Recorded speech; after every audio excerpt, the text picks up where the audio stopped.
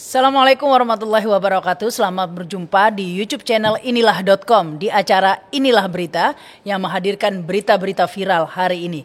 Dan langsung saja kita simak berita pertama.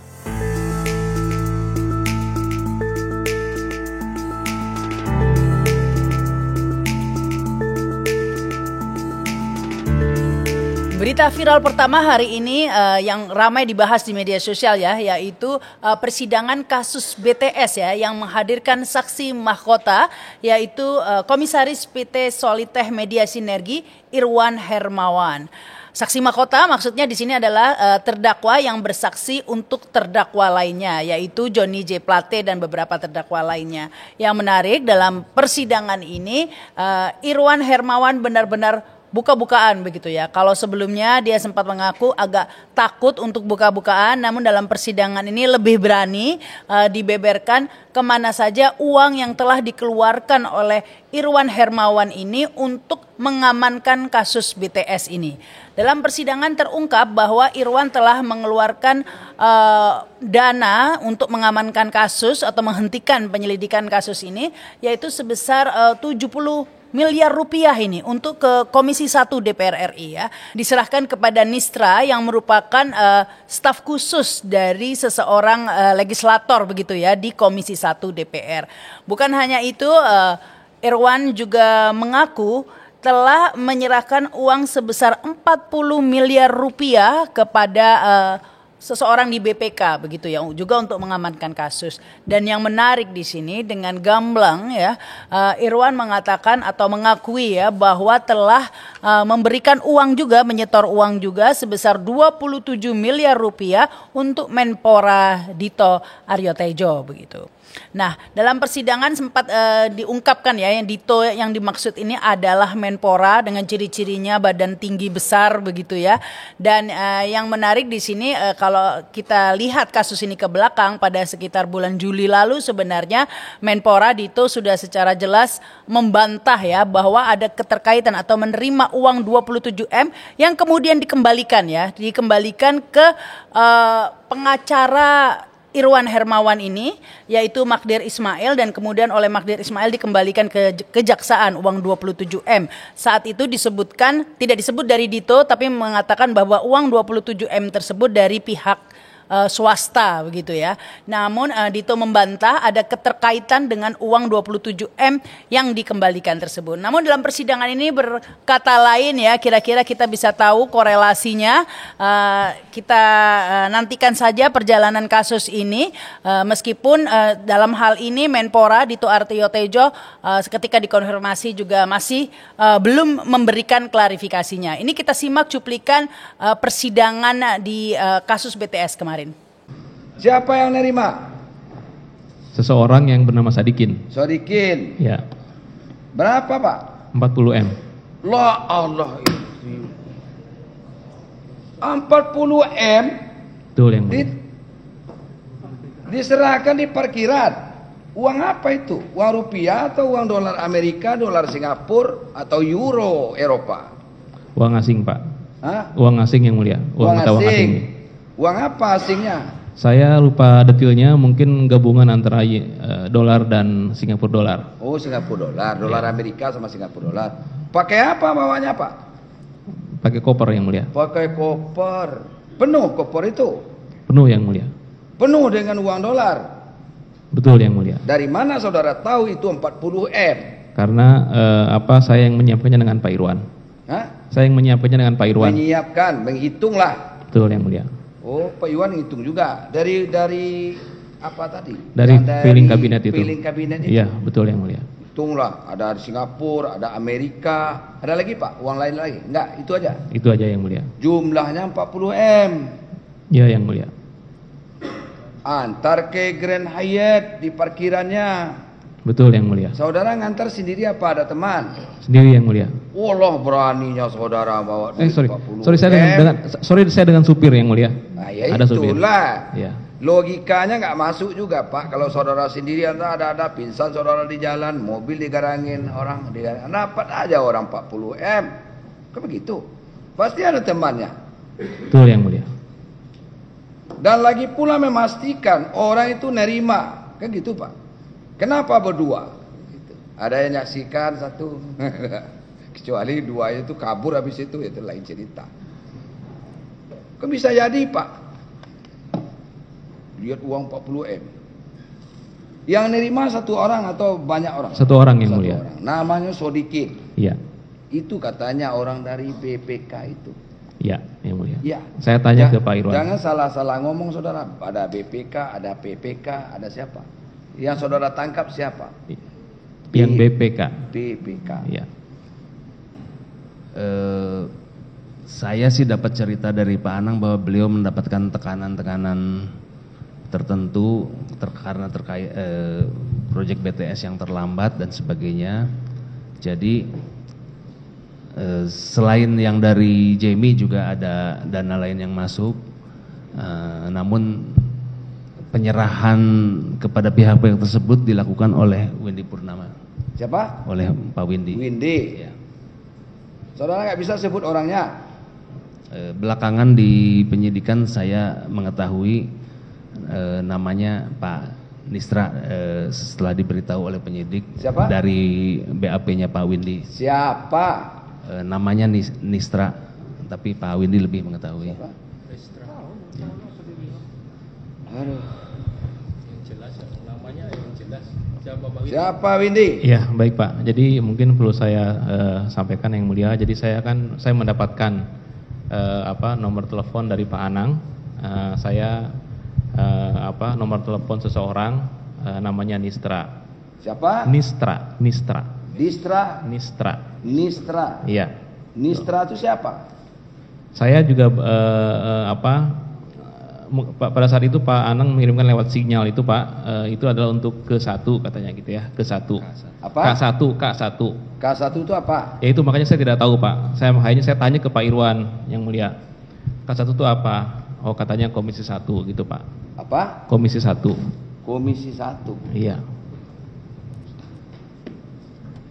Siapa itu? Saya kurang tahu, saya tidak tahu Pak. Saya tidak tahu siapa. Nistra siapa? Saya tidak tahu yang mulia. Iwan, coba kamu. Saya baru tahu nama itu pada saat penyidikan yang mulia. Nama itu memang pada saat itu sempat saya dengar tapi saya tidak ingat pada saat adanya tekanan-tekanan itu yang Pak Anang pernah bercerita. Tapi pada saat penyidikan terhadap Pak Windy, saya sebagai saksi Pak Windy, saya dengar itu namanya itu Nistra. Nistra. Iya. Nistra itu siapa yang saudara tahu? Tentu kita dapat ancaman itu kita harus tahu siapa ini yang ancam kan gitu Pak. Mungkin tidak ada kaitannya dengan ancaman. Ancaman tidak ada kaitan. Ya. Oke lah. Sekarang saya mau tanya, Nistra itu siapa? Yang mulia saya tidak tahu yang mulia. Hanya saya pada saat saya mendapatkan sinyal dari Pak Anang. Kamu ketemu enggak sama orang itu? Bertemu yang mulia. Ketemu. Apa pekerjaan orang itu Pak? Saya tidak tahu yang mulia. Tahu kamu pekerjaannya apa, Wan? Apa pekerjaannya? Saya tidak tahu sampai kemudian muncul di BAP atau di media ya. Jangan kamu bermusyawarah dengan itu, dengan Windy. Belakangan saya tahu dari pengacara aja, siapa ya, itu orang? Belakangan saya tahu dari pengacara saya bahwa beliau orang politik itu Pak. Staf dari anggota DPR. Hah? Staf dari salah satu anggota DPR. Staf dari salah satu anggota DPR. Aduh. Saudara stres kayaknya nih. Ya stres. Kelihatan dari wajahmu kok pucat kayak gitu. Windy juga. Jangan jangan. Terus terang aja di sidang nih Pak. Apanya? Nistra itu siapa? Apa hubungannya? Kan begitu. Betul Pak, saya tidak tahu. Hanya Pak Windy yang. Windy juga nggak tahu. Siapa itu? Saya tidak tahu Pak. Ya. Saya hanya mendapatkan sinyal dari Pak Anang bahwa itu adalah K1. Saya tanya ke Pak Irwan, K1 itu apa? K1 itu artinya dari Komisi 1 gitu. Komisi yang 1. Mulia. Betul Pak. Orang politik. Kan gitu jadinya. Komisi orang anggota DPR itu kan orang politik Pak, DPR partai mana kan begitu. Jadi berapa diserahkan? Berapa diserahkan sama dia Pak? Saya menyerahkan 2 kali yang mulia. Berapa? Totalnya 70M kurang lebih. Berapa? 70M. 70M. Berarti Ada lagi Pak. ada lagi untuk nutup juga. Iya. Berapa? 27.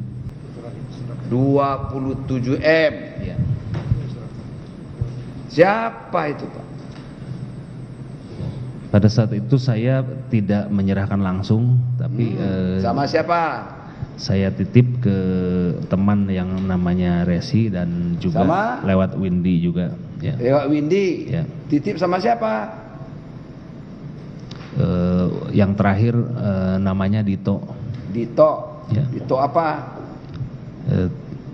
Pada saat itu saya tahunya namanya Dito saja. Dito apa Pak? Dito itu macam-macam. Belakangan saya ketahui namanya Dito Aryo Tejo. Dito Aryo Tejo. Siapa itu? Nggak tahu saya orang siapa. Ya, dari persidangan tersebut jelas terungkap ya bahwa Irwan bahkan mengakui pernah bertemu begitu ya dengan Dito ini di rumahnya di Denpasar ya.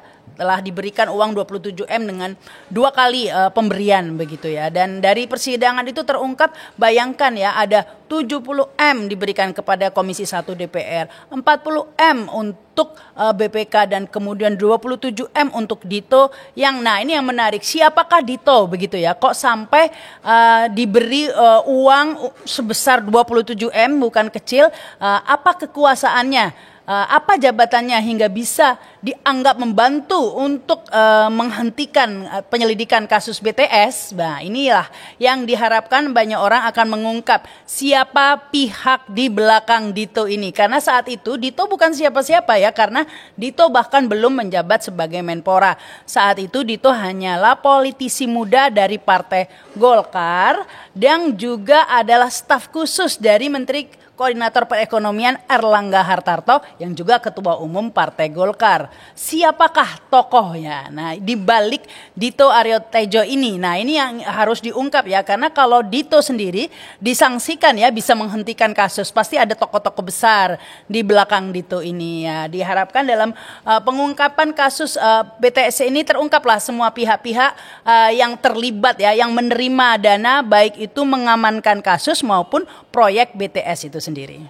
Berita kedua, kami menyoroti masalah Rempang ini ya, yang tampaknya pemerintah tetap bersikukuh begitu akan melanjutkan investasi di Pulau Rempang meskipun banyak penolakan atau menimbulkan polemik bagi warga Rempang ya. Bahkan ini menurut Bahlil, pemerintah mendorong agar rencana investasi dari produsen kaca dan panel surya asal Cina, Sinyil Group, di Pulau Rempang tetap dapat realisasi di tengah memanasnya polemik. Menurut Menteri Investasi atau Badan Kepala Koordinasi Penanaman Modal Bahlil Lahadalia, rencana investasi Sinyi senilai 175 triliun harus tetap terrealisasi. Jika tidak, maka Indonesia akan mengalami kerugian besar. Hari ini kita melakukan peninjauan lokasi investasi di Pulau Rempang dengan Pak Gubernur Kepri dan Pak Wali Kota sekaligus Kepala BP Batang. Lokasi ini adalah untuk membangun industri kaca dan solar panel terbesar kedua di dunia. Jadi di China nomor pertama dan di sini nomor 2. Dan paten sekali Pak Gub, kita jalan kaki sampai ke atas. Ini baru sebut dengan kerja. Saya cuma satu kalimat saja. Terima kasih kepada Pak Menteri yang telah memberikan solusi kepada saya sebagai Kepala BP Batang. Ada kata paling istimewa itu buat Pak Menteri. Makasih dari warga Kota Batam buat Pak Menteri. Hidup Pak Menteri. Top. Pak Wali Kota sama Pak Gubernur didatangi oleh investor 11,5 billion US dollar. Kalau dirupiahkan 170 triliun lebih.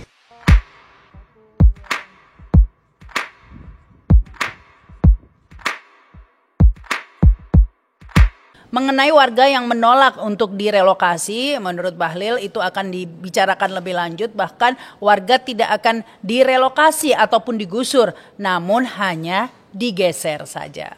Dari 17.000 hektar areal Pulau Rempang itu yang bisa dikelola hanya 7.000 lebih sampai 8.000, selebihnya adalah hutan lindung.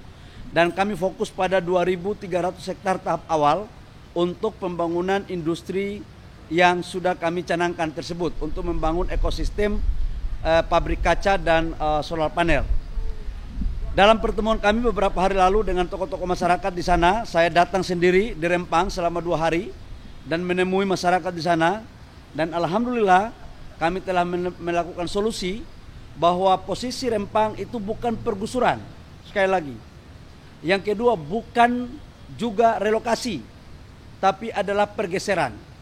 Karena kita melakukan, kalau relokasi itu dari Pulau A ke Pulau B. Tadinya kita mau relokasi dari Rempang ke Galang. Tapi sekarang hanya dari Rempang ke kampung, di kampung yang masih ada di Rempang. Di berbagai kesempatan Bahlil dan pemerintah juga menggembor-gemborkan ya bahwa Xinyi Group ini merupakan pabrik kaca terbesar kedua di Cina ya, yang akan dikembangkan juga di Pulau Rempang ya. Namun ternyata setelah dibedah begitu oleh banyak pihak termasuk netizen ini, diantaranya ini ada anggota Majelis Ekonomi dan Kewirausahaan Pimpinan Wilayah Muhammadiyah Jawa Timur Agus Supriyono ya, menyelidiki atau membedah soal profil dari perusahaan Xinyi di Cina ini yang ternyata tidak seperti yang digembor-gemborkan, bukan merupakan pabrik kaca terbesar. Bahkan ini kalau dilihat Xinyi Group ini tidak masuk dalam 2000 besar perusahaan kelas dunia versi Forbes begitu ya. Padahal Indonesia saja berhasil menempatkan 8 perusahaannya di daftar Forbes 2000 tahun 2023 ini. Paling buncit ada Garuda Indonesia, namun masuknya Garuda karena besarnya laba yang diperoleh dari pembebasan utang. Dengan kata lain, besarnya laba Garuda hanya di atas kertas alias pura-pura saja. Namun ambil contoh lagi, ini ada Adaro Energi ya, yang satu peringkat di atas Garuda menurut Forbes. Catatan laba, omset, aset dinilai pasarnya cukup oke ya. Ini menempati peringkat 1393 dari daftar Forbes. Sekali lagi ini Xinyi masih di bawah Adaro ya. Di mana posisi Xinyi? Jangan kaget ini ya. Xinyi tidak masuk daftar 44 perusahaan terbaik di Hong Kong maupun 2000 perusahaan kelas dunia versi Forbes ya. Jadi boro-boro katanya perusahaan terbesar kedua begitu ya di dunia ya, tapi ternyata 2000 perusahaan versi Forbes saja tidak masuk. Sementara itu mengenai peluang investasi dari Xinyi Group ini juga dipertanyakan karena dijanjikan sampai 175 triliun begitu ya.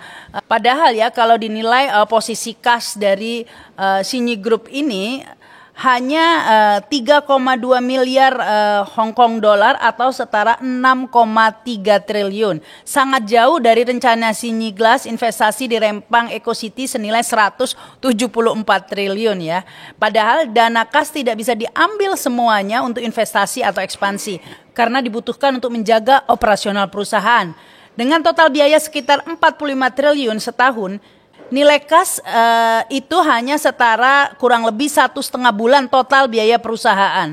Tentu saja tidak mungkin diambil untuk investasi di Pulau Rempang ya. Jadi ini lagi-lagi menimbulkan pertanyaan. Sebelumnya kita sudah mengalami hal yang sama ya, di blow up begitu ya, seperti proyek kereta cepat begitu ya. Saat itu ada dari investor Jepang dan Cina mengatakan menawarkan investasi dengan nilai yang lebih murah, membuat Indonesia kemudian beralih, tidak jadi dengan investor Jepang kemudian beralih ke Cina. Namun kenyataannya justru berubah di kemudian hari ya, malah membengkak sampai 27 triliun yang mengakibatkan akhirnya tidak seperti yang dijanjikan. Indonesia harus menggunakan dana dari APBN ya, yang akhirnya terlibat atau terlilit utang lah. Ini jangan sampai rakyatnya terlilit pinjol, ini negaranya juga kena pinjol juga ini bisa-bisa ya.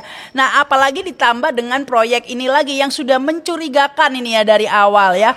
Digembar-gemborkan katanya perusahaan terbesar, ternyata tidak begitu. Kemudian kalau dilihat dari nilai kasnya juga tidak memungkinkan ya melakukan investasi sebesar ratusan triliun seperti itu. Ini harus dipantau terus mengingat yang dikorbankan ini rakyat Rempang loh ya. Jangan sampai semua diusir begitu ya, atau digeser istilah Bahlil ya, untuk investasi yang sebenarnya nggak jelas juga ya. Karena kalau kita lihat kereta cepat ini meskipun jadi keretanya ya, tapi kenyataannya hanya sampai di Padalarang, dan kalau menurut hitung-hitungan begitu ya, butuh 1 abad 100 tahun begitu ya baru balik modal ya. Kalau enggak ya tadi itu kita selama 100 tahun itu terlilit utang jadinya ya, karena akhirnya menggunakan dana utang. Demikian juga di Rempang yang akan diberikan hak guna usahanya atau hak GB-nya ini kepada Cina yang bisa diperpanjang sampai 80 tahun. Dampaknya ini 80 tahun loh ya. Maka itu kasus Rempang ini harus terus dipantau ya. Jangan sampai terulang ya investasi-investasi yang mangkrak dan merugikan banyak pihak dan membuat Indonesia terlilit hutang. Berita ketiga, kami menyoroti Kaesang ini ya, putra bungsu Presiden Jokowi yang ditunjuk begitu ya, ditunjuk langsung ini PL, penunjukan langsung sebagai Ketua Umum PSI. Surat keputusan Dewan Pembina tentang pengangkatan Saudara Kaesang Pangarep sebagai Ketua Umum Dewan Pimpinan Pusat Partai Solidaritas Indonesia. Ini menuai banyak komentar di media sosial karena ini luar biasa ya. Memang kalau bisa dikatakan ini mencetak rekor muri begitu ya. Proses menjadi ketua umum tercepat ya. Baru menjadi anggota 3 hari langsung ditunjuk menjadi ketua umum begitu ya. Sejauh ini yang paling jauh menurut saya.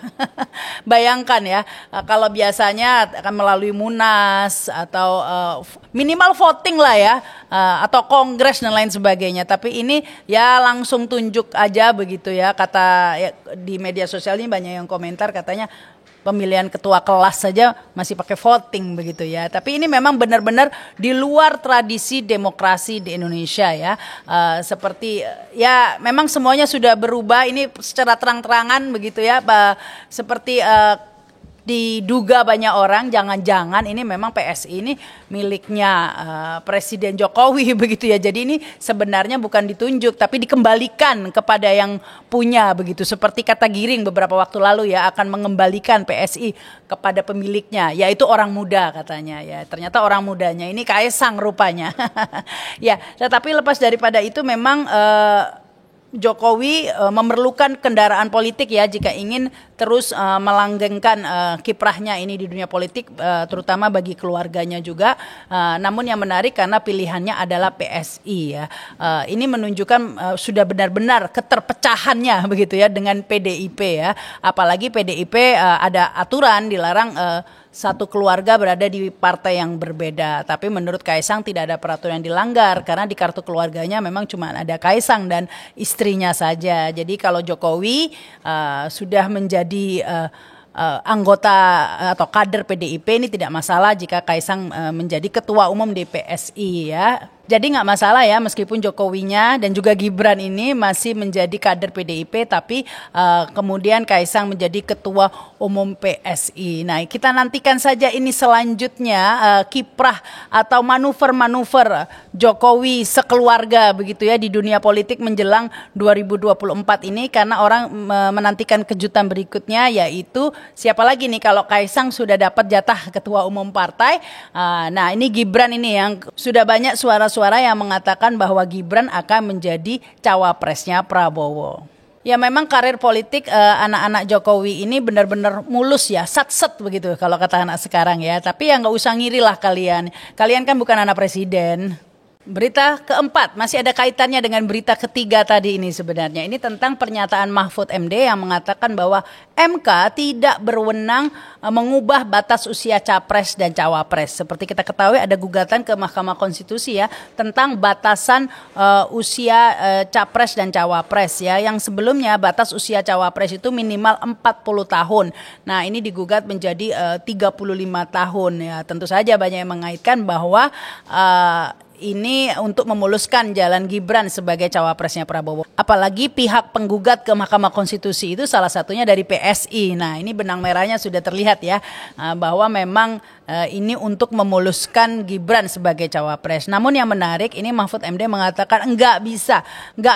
Mahkamah Konstitusi tidak bisa merubah batas minimal cawapres dari 40 menjadi 35 tahun. Kenapa? Karena itu di luar wewenang dari Mahkamah Konstitusi. Karena hal tersebut sifatnya sudah open legal policy begitu ya, di mana Mahkamah Konstitusi hanya berwenang untuk mengadili ketentuan atau peraturan yang bertentangan dengan konstitusi. Sementara ketentuan 40 tahun, 35 tahun itu tidak bertentangan dengan konstitusi, maka yang berhak merubah itu hanyalah DPR dan pemerintah. Nah, ini menarik karena diungkapkan oleh Mahfud MD, di mana Mahfud MD ini digadang-gadang disebut-sebut juga bakal jadi cawapres juga. Jangan-jangan nih Mahfud MD mengeluarkan statement ini untuk mengamankan posisinya ya, agar gak diserobot lagi begitu ya, atau diganti dengan Gibran begitu. Karena Mahfud MD juga merupakan kandidat kuat sebagai cawapres. Untuk itu Mahfud MD menekankan bahwa kalaupun MK mengeluarkan keputusan tentang gugatan batas minimum cawapres ini, maka harus disertakan apa alasannya. Karena ya tadi itu sebenarnya nggak bisa, jadi harus ditulis pertimbangannya apa saja. Namun menurut MK belum menjadwalkan putusan gugatan-gugatan tersebut, akan tetapi Ketua MK Anwar Usman menyebut akan ada putusan dalam waktu dekat. Kita lihat ya, apakah benar kata Anwar Usman ini ya, akan ada putusan dalam waktu dekat terkait ya batasan usia capres dan cawapres ini ya. Jika benar kemudian dikeluarkan putusan untuk memuluskan langkah Gibran sebagai cawapres di mana usianya belum 40 tahun begitu ya. Jadi pingin tahu kira-kira apa alasan hukumnya dari Mahkamah Konstitusi. Karena kita tahu ya bahwa ini memang open legal policy ya. Alasan yang sama digunakan oleh MK ketika menolak gugatan presidential threshold begitu, atau parliamentary threshold ya, yang banyak digugat oleh berbagai pihak. Alasannya MK tidak berwenang. Tapi kenapa kali ini berwenang? Nah, jadi pingin tahu apa alasan MK. Kita sampai pada berita kelima, berita terakhir. Ini membahas berita yang menggemaskan, sangat menggemaskan ini ya. Ini terutama terkait dengan update kasus korban ya, anak kelas 2 SD yang harus mengalami kebutaan di mata kanannya akibat ditusuk oleh tusuk bakso oleh kakak kelasnya ya. Yang menarik dari kasus ini kok sepertinya ada yang ditutup-tutupi begitu ya. Yang terakhir ini orang tua korban yang dikenal dengan sebutan Sah begitu ya, mengaku diintimidasi oleh camat Menganti Hendriawan Susilo ya. Hendriawan meminta Samsul untuk mencabut laporan kasus penusukan anaknya hingga diancam akan dipecat sebagai sekretaris desa Randu Padangan begitu ya. Nah, ini disampaikan oleh Abdul Malik ya, pengacara dari keluarga korban. Ada intimidasi yang dilakukan oleh seseorang, camat menemui klien kami begitu ya. Namun setelah dikonfirmasi kepada camatnya, tentu saja camat Hendriawan Susilo membantah ya, dirinya sudah mengintimidasi keluarga Samsul Arif. Ia mengaku hanya tak ingin anak buahnya itu dijerat masalah yang berkepanjangan begitu ya. Enggak ada, saya takutnya nanti seperti Ratna Sarumpait terjerat kasus hoax, nanti jadi tersangka malah jadi panjang, bisa-bisa dipecat. Itu saja sih. Ini menurut camat, dia tidak mengintimidasi. Datang ke rumah ayah korban hanya untuk memberitahu agar mencabut laporannya agar tidak terjerat kasus hoax. Dan menurut Samsul Arif ya, orang tua korban ini dirasa aneh ya, mengingat pada kesempatan itu camat Hendriawan Susilo ini mengaku sudah mengantongi hasil MRI dari PHC Surabaya ya, karena korban diperiksa di PHC Surabaya. Padahal waktu itu belum dirilis hasilnya, namun camat tersebut sudah mengetahui dan mengatakan bahwa hasilnya tidak ada luka ya, atau penyebab dari kebutaan si korban ini bukan karena tusukan atau luka dari tusuk bakso tadi ya. Dan memang kasus ini terlihat aneh sekali karena seperti banyak yang menutupi begitu ya, karena dari awal kejadian orang tua korban ini sudah meminta sekolah untuk mengeluarkan CCTV ya. Tapi yang namanya CCTV ini mulai dari kasus Sambo sampai sekarang ini selalu paling nomor 1 hilang begitu ya. Dan benar saja CCTV ini nggak pernah muncul ya. Padahal korban ini sudah ditusuk matanya sehingga tidak mengetahui, tidak bisa melihat dengan jelas lagi ya, dan tidak mengingat atau tidak tahu nama pelaku penusukannya itu ya. Nah, tentu saja CCTV ini sebenarnya kuncinya ya, tapi ini yang tidak dipenuhi oleh pihak sekolah. Ditambah lagi setelah diperiksa di MRA ya, di PHC, justru hasilnya mengatakan tidak ada luka, padahal pada saat kejadian seragam dari korban ini udah penuh darah begitu ya, akibat matanya yang tertusuk ya. Apalagi pihak rumah sakit mengatakan bahwa penurunan penglihatan. Jadi PHC mengatakan bukan buta ya, hanya penurunan fungsi penglihatan begitu katanya ya. Disebabkan oleh banyak hal, yang pasti bukan karena luka atau robek, bisa juga karena rabun atau gangguan saraf ya. Ini yang juga masih menjadi misteri ya, karena kalau rabun, gangguan saraf ini prosesnya pasti sudah lama ya.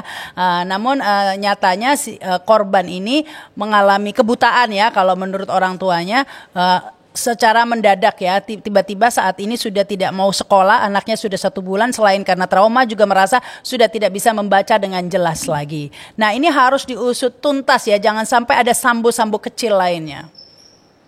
Ya, demikianlah inilah berita kali ini. Pastikan kalian mengikuti terus ya program-program di YouTube channel inilah.com. Jangan lupa subscribe dan komen. Saya Rahma Sarita, wassalamualaikum warahmatullahi wabarakatuh. Sampai jumpa.